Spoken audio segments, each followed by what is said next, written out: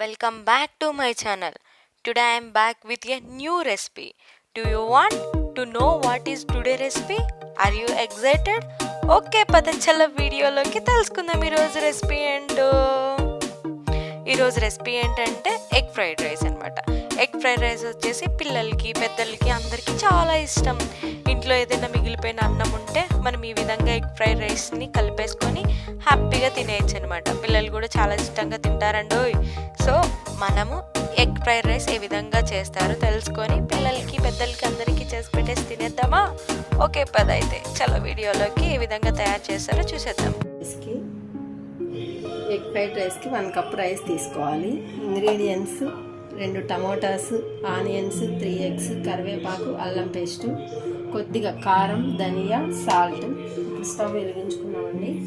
Oil వేసుకున్నాక oil వేడయ్యాక onions వేసుకోవాలి. ఆనియన్స్ వేగాక ఇలా వేపుకోవాలండి. వేగిన తర్వాత కొద్దిగా ఆనియన్స్ ఇలా వేపుకున్నాక కొద్దిగా అల్లం పేస్ట్, కరివేపాకు వేసేయాలండి.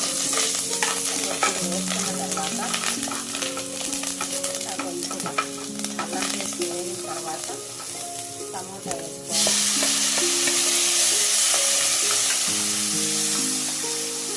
ఆనియన్స్, అల్లం పేస్ట్, టమోటా ఇలా బాగా మగ్గిన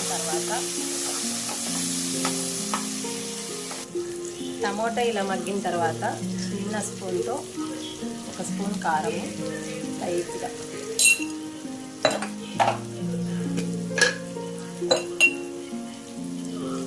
ఒక 1/2 స్పూన్ ధనియా పౌడర్, ఒక 1/2 స్పూన్ సాల్ట్ అండి. రైస్లో ఆల్రెడీ వేసింటాము. కొంచెం 1/2 స్పూన్ కన్నా కొంచెం తక్కువే వేసుకోవాలి. ఇది బాగా మిక్స్ చేసిన తర్వాత ఇలా బాగా మిక్స్ చేసుకోవాలి. మిక్స్ చేసుకున్న తర్వాత 3 ఎగ్స్ ఇలా బౌల్లో వేసుకున్నానండి. దీన్ని ఇలా అందులో వేసేసి కాసేపు అలానే ఉంచాలండి. ఇప్పుడే కదపకూడదు. ఎగ్ వేసుకున్న తర్వాత అంతా ఇలా మిక్స్ చేసుకోవాలి.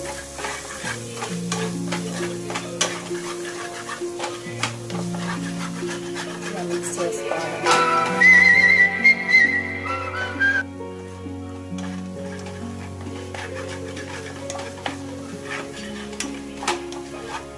మిక్స్ చేసుకున్న తర్వాత రైస్ తీసుకోవాలి.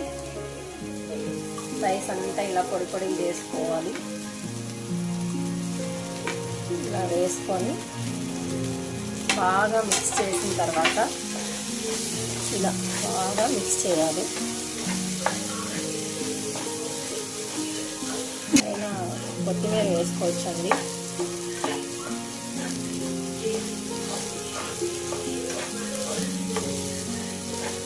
ఇలా మిక్స్ చేసుకున్న తర్వాత ఇందులో కొద్దిగా గరం మసాలా వేసుకోవాలి.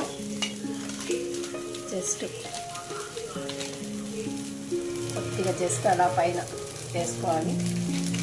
ఇందులోనే కొంచెం మిరియాల పొడి వేసుకున్నామండి. ఒక చిటికెడు మిరియాల పొడి,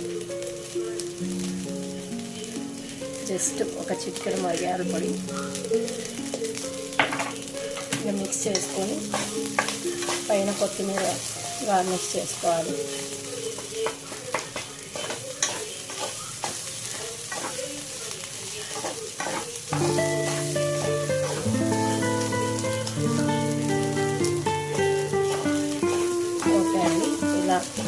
మిక్స్ చేసుకోవాలి. ఇలా ఆనియన్స్తో సర్వ్ చేసుకోవాలండి. ఓకేనండి, ఇది ఎగ్ ఫ్రైడ్ రైస్ రెడీ అండి. Okay, thank you.